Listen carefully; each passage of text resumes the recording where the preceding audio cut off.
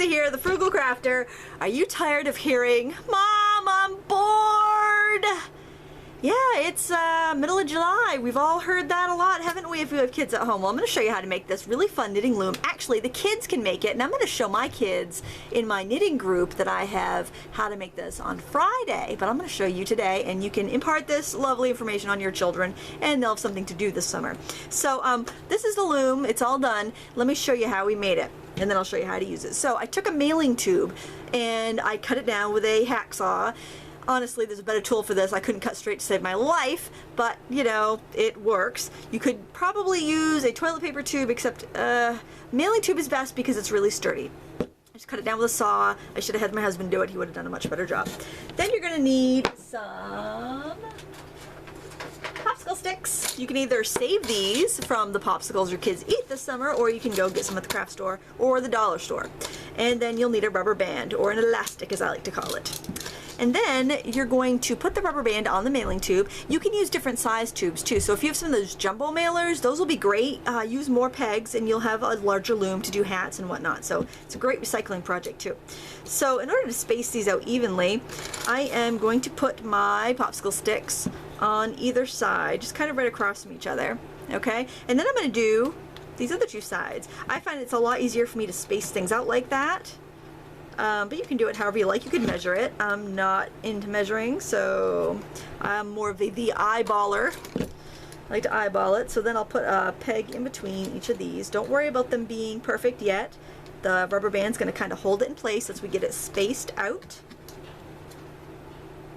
See, just like that. This is not a difficult project at all. And then I want to make sure they're all the same height. Not that it really makes that much of a difference, but I want them about an inch. I want about an inch of these pegs sticking out, so they're not. You don't want them too long because they'll be hard for the kids to lift the yarn up, but you don't want them too short that the yarn's going to slide off either. So about 3/4 of an inch to an inch will suffice. And then you just want to go around, do the eyeball test. You could measure it if you're, you're that kind of person. You need to have it perfect. Go ahead and measure it. No offense. No offense to the perfectionists out there. I wish I was more of a perfectionist. I am a more of a fly by the seat of her pants type of gal. Alright, so when we got all these pointed up fairly straight, fairly even, they don't need to be perfect, then you want to grab some masking tape. Or, if you like, those fancy new duct tapes, which I cannot bring myself to spend that kind of money for duct tape, but those fancy, there's like a zillion new designs of duct tape. If you want to use that, that would be great too. I think I'd probably do masking tape first, just because, actually, you know what? Do this underneath, and then you can take that elastic off. But the fancy duct tape, I think, would look really cool on this project. If you are spendy like that. I'm not that spendy for the fancy duct tape.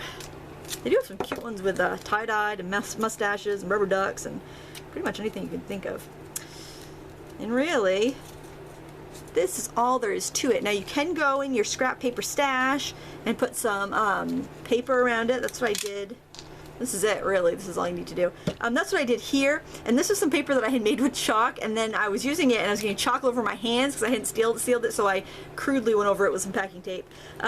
But you know, it works. It doesn't look the prettiest, but it still works. So when it's time to use this, actually, I'll take the other end of this yarn and show you on the new one just so you know how to get it started, because that might be a little confusing if you've never used a knitting spool before. Pardon my tangle here. There we go. You want to drop the end through the hole, and you want to leave about 6 inches at the bottom. And then, you only have to do this the first time or two. Just kind of hold that tail. And then you're going to go around, and you have to make sure that when you wrap, you're wrapping around the loop so that it crosses in the back. Oops, I just did it backwards. Pardon me. So you want to make sure that it's going to cross in the back. So see how I have one nice smooth loop on the front? See that? But if you look on the inside, you can see that it's crossing in the back. So you go around twice on your first row only. Can't tell if that's clockwise or counterclockwise. I'm very, very bad at left and right and clockwise and counterclockwise for some reason. I always thought it was probably because I was meant to be left-handed, but I I was taught right-handed. I don't know. I've just never been instinctively good at left and right hand, or clockwise or counterclockwise. Oh, look at that. There they go. There they go. These are the type of problems your children may have. Your child may have doing this project, is sometimes they come off, but usually only once or twice. All right, so then you hold this tail with your thumb, and you go in and you pull the bottom yarn over the top. Now if you find that you've got some snaggy bits as you're going, I wouldn't bother sanding them beforehand, but as you're going, if you find that you've got a little splinter or something on there that's catching your yarn, you can go in with an emery board and just kind of file it out. But I would just knit a few rows and see where the snaggy bits are, rather than spend all that time fussing with it beforehand. And there you go, and you just keep going and going and going. So after you've done that first row, you wrap around again.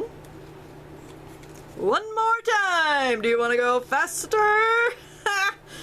I'm having some, I must want to go to the fair. I'm having some fair flashbacks. Here we go again! And then we do the same lifting and lifting. And duct tape would give it a little more strength.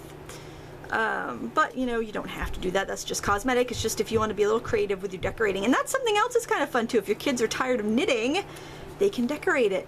So it's fun to make and fun to use. Don't you love it? Fun project for the summer. Actually, there aren't very many snaggy pins on this one. That's good. All right, so and as you go, you kind of pull down on the, you see, you just kind of pull that tail. You only really need to hold it the first time when you're wrapping. And so then the type of fabric that your loom makes is just this kind of tubular, I call it Barbie skirt material. You can have, like, make yourself a Barbie tube top, or a skinny scarf, or, you know, a belt, whatever.